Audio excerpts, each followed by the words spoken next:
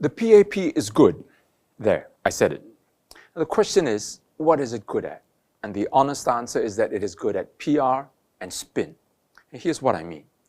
In 2021, Deputy Prime Minister Heng Swee Keat announced that the government would raise petrol duty by 23%.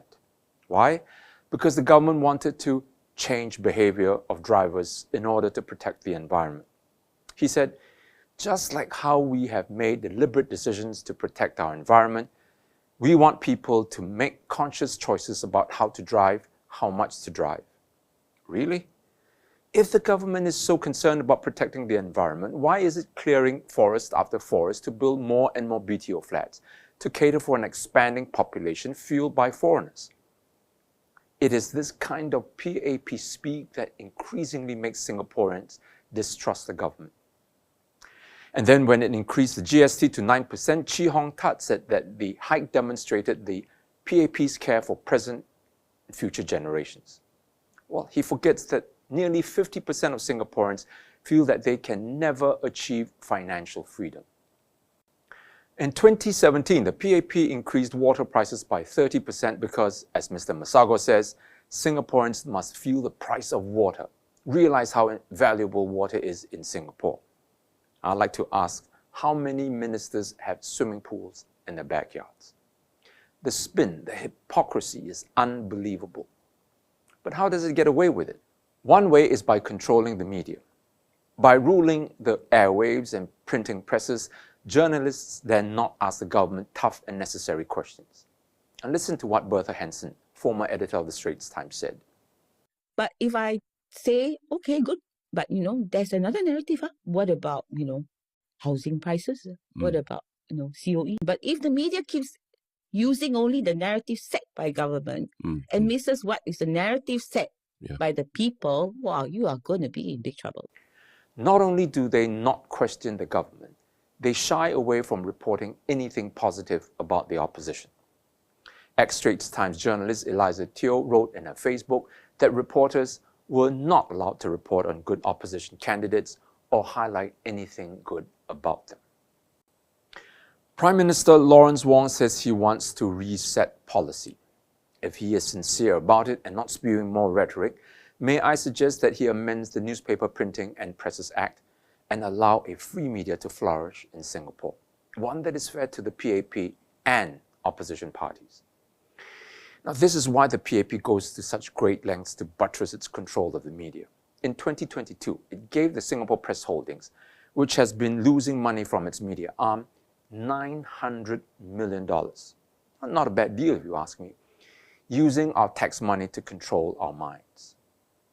Now, through the half a century of media control, Singaporeans have been lulled into accepting that the PAP is competent and that it takes care of everything. We become unthinking citizens, complacently ignorant about what goes on within the government, until, that is, the bottom falls out and reality hits. Here's a good example. Some of you may remember the shocking incident in 2013 when foreign workers rioted in Little India. 54 officers and 8 civilians were injured. 29 vehicles were damaged, 5 of which were set on fire.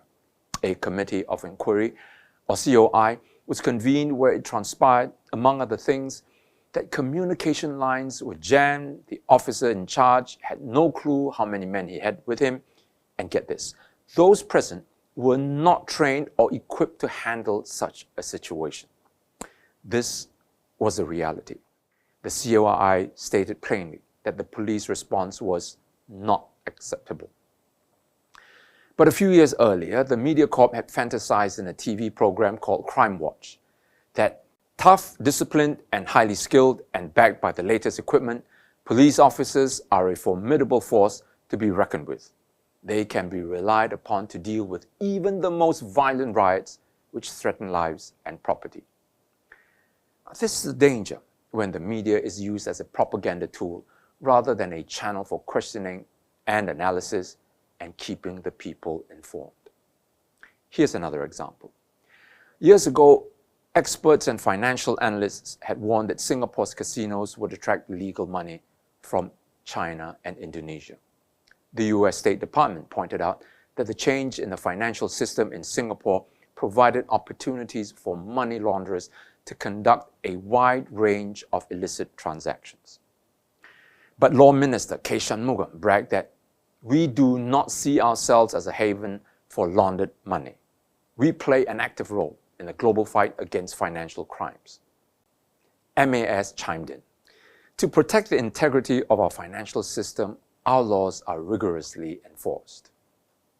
All this fight and rigorously enforced laws only led to the revelation years later that Singapore washing is just a new iteration of an old problem. The city was once referred to as Indonesia's money laundromat.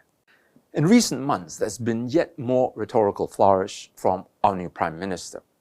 We will always have your back, or your dreams will inspire my actions, or we will help you get through the difficult period, Mr. Wong gushed. Meanwhile, there was a 25% increase in bankruptcies in the first half of 2024. Nearly 2,500 F&B businesses closed down in 2024, a rate higher than that in the pandemic year 2020. A shocking one-third of younger Singaporeans reported poor mental health. Our population surged past the 6 million mark due to the influx of foreigners, while our total fertility rate registered a historic low of 0.97 births in 2023. What I'm desperately trying to get across to Singaporeans is this. Don't get seduced by the bombast and rhetorical mumbo-jumbo of the PAP. Instead, do the intelligent thing by putting a solid, responsible opposition in Parliament at the next GE. In the next few months, the PAP will run its usual trope and scare tactics. Mr. Lee Hsien Loong said, "If electoral margins get slimmer, the government will have less political space to do the right thing." This is a variation of his confession that What is the opposition's job? It's not to help the PAP do a better job. Their job is to make life miserable for me so that I screw up. the truth is that despite the meager opposition presence in Parliament during his 20 years in office, Mr. Lee's administration, as I listed in my previous video, has produced so many scandals and screw-ups. You don't need an opposition presence in Parliament to trip him up. The PAP is perfectly capable of doing this all by itself. On the other hand, Singapore has benefited from the PAP's adoption of the SDP's ideas, like abolishing streaming, introducing universal healthcare, implementing retrenchment insurance, and so on. The converse is actually true. Singapore will be better off with a strong and constructive opposition in Parliament.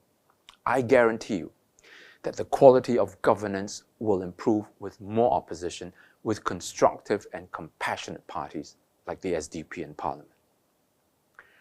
But of course, you will not see this expressed in our state media.